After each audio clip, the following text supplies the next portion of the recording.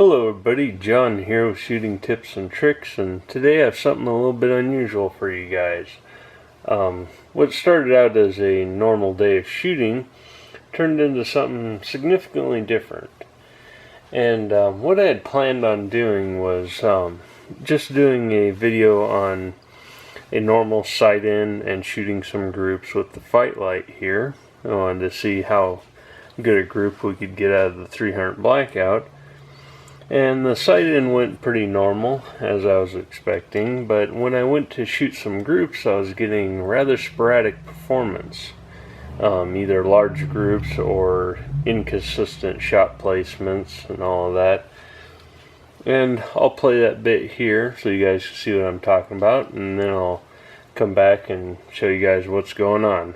Now for this, I'm going to be shooting some basic Hornady ammo. It's a 110 grain VMAX, and it's not going to give us the best of accuracy, but it will give us a good middle ground for what to expect out of this gun. Alright, now we'll get everything set up here and we'll see what we can do. Alright, now I did already do a rough check on where we're going to be hitting.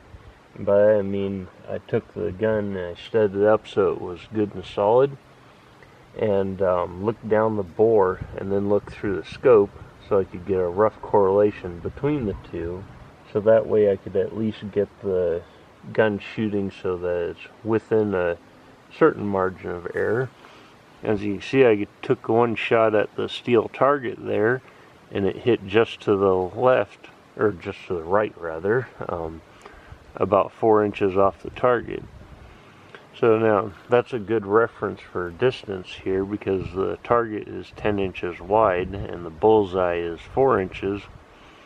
So we're hitting roughly about 4 inches off of the target. So we're going to want to move it that 4 inches plus probably another 4 inches at least to bring it into a rough area of bullseye. Alright, now I adjusted it about 6 inches to the left, so it should bring us at least on target and fairly close to the bullseye there. Alright, you can see we're on target. We're hitting just outside of the bullseye and it looks like a touch low. So we'll adjust a little bit up and a little bit to the left as well. Alright, we've got it adjusted about 1.5 inches up and about 2 inches to the left. Alright, now we're hitting a bullseye, but we're a little bit off to the side.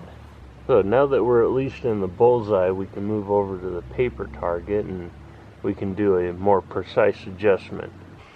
Alright, now that we got a rough sight in on the steel target, we can do a little bit more precision work on the paper over here. Now what we're going to do is shoot a 3-shot group, and we'll use the center of that group as a reference point for how much to adjust.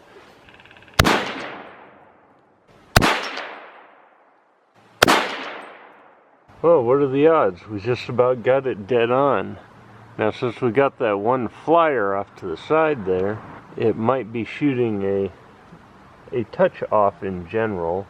I'm not sure if that one is a flyer or not, so we'll put a couple more rounds on target and see if they stack up with the other two or if they spread out with the other one.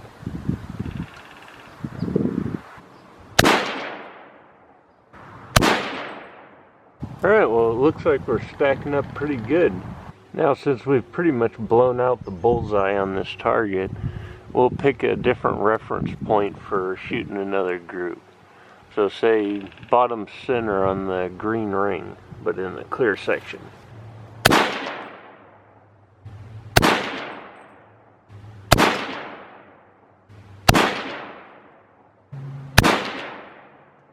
Alright, now we're getting a little bit more of an open group here. Now it could be because of a warm barrel, or I might be pulling some of the shots. You look at the first group that I did, how it's kind of strung out in a line. That is almost always from the shooter pulling a little bit. So we'll let this cool down some and then we'll get back and we'll shoot a final group on it. Alright, so while the barrel was cooling, I went ahead and set up a new target. So now we'll do a final 3-shot group and see how it does. And I got adjusted a little bit better so I'm sitting them more comfortably.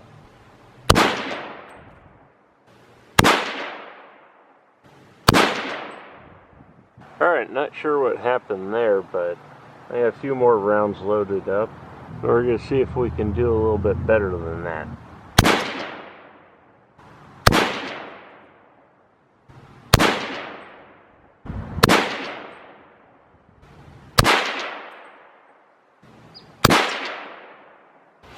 Alright, so as you can see, our groupings were anything but consistent. And the whole time I was shooting, I was thinking we might be getting some bullet instability, because with the 300 blackout, that is a very real factor. Well, the main reason for that is because you're going from one extreme to another with the bullet weights. I mean, these guys here, which are supersonic loads, you're running a 110 grain bullet, and then your subsonics are running 200 plus grain bullets. Now the problem there is the light bullets, like these 110s and 120s, they like a longer twist barrel, generally 1 in 10 all the way up to like a 1 in 15. Now the heavier bullets, like 200 plus grains, like a tighter twist bullets, or a tighter twist barrel rather, like a 1 in 8, 1 in 7, even as far down as like a 1 in 6 on some calibers.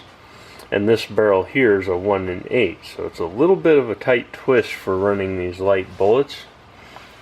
And one inkling that made me think it was instability is, you look at these targets here, we're getting these goofy little tear outs on one side of the bullet, and it's on almost every one.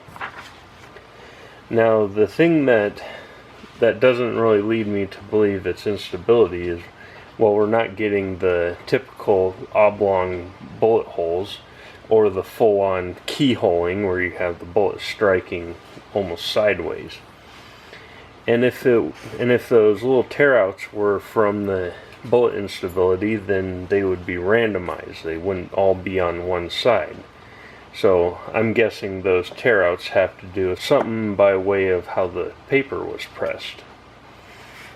You know, it's kind of like newspapers. If you ever tore them, they'll tear dead straight one direction and they won't tear worth a shit the other direction. So, now that aside, now after I finished shooting and I did my cleanup around there, I was packing everything away, the problem became more and more evident when I cleaned up my brass. So as you can see with these guys, every one of these pieces of brass is showing signs of overpressure. And ones like this guy here in particular has the black ring around here. That's because the powder residue is blowing back between the brass and the primer. And the primer hole itself, or the dent caused by the firing pin, is actually blown back out. And every one of these, the dent is raised above the surface of the primer. But anyways, in the other one, is as you can see on, or you might be able to see on some of these, yeah, this guy, it has this little arch dent right here, and there's a flat dent over here. That's because the brass is actually imprinted to the shape of the bolt face, and this little arch here is the cutout for the ejector, and this flat over here is the cutout for the extractor. So now there's really only two main factors that could cause something like this, and a lot of people think it's faulty ammo. You know, it was a bad batch that came out with too much powder, which is a possibility. The other one, which is usually the more common one, is that the bullets are hitting the lands on the riflings. Now, so what I did for that one was I took this guy and I colored the ogive of it, which is the point where the taper comes up to the full diameter, and I chambered the round, and if it is touching, it would leave little dings in the black, which, other than the scrape from ejecting the round, there's no dings at all. So, but that doesn't mean that we're not touching. It could just be right up there close to it, because a lot of bullets like to be seated around 8 to 10 thousandths off of the lands to get a nice little jump before they engage the riflings. Some other bullets, like the competition ones, the CNRs, like to be 10 to 15 thousandths off of the lands for best accuracy. But that aside, and the reason that causes overpressure is because with the bullet touching the lands, you don't have any kind of movement to get them started in the riflings while the powder's burning. So you have an immediate back pressure, which causes overpressure of the case before the bullet gets going down the barrel. And so far it's not looking like we're touching the lands, but I'll know for sure after I cast the chamber or do some specific measurements, and then I'll know for sure. Now, so what we're looking at right now is possible faulty ammo.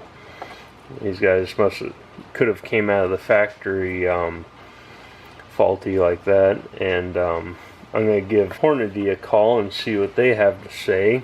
If it is overpressured ammo, they might have got more reports from the same batch or similar batches. So we'll find out for sure on that one. Alright, so I think that's about it for this video.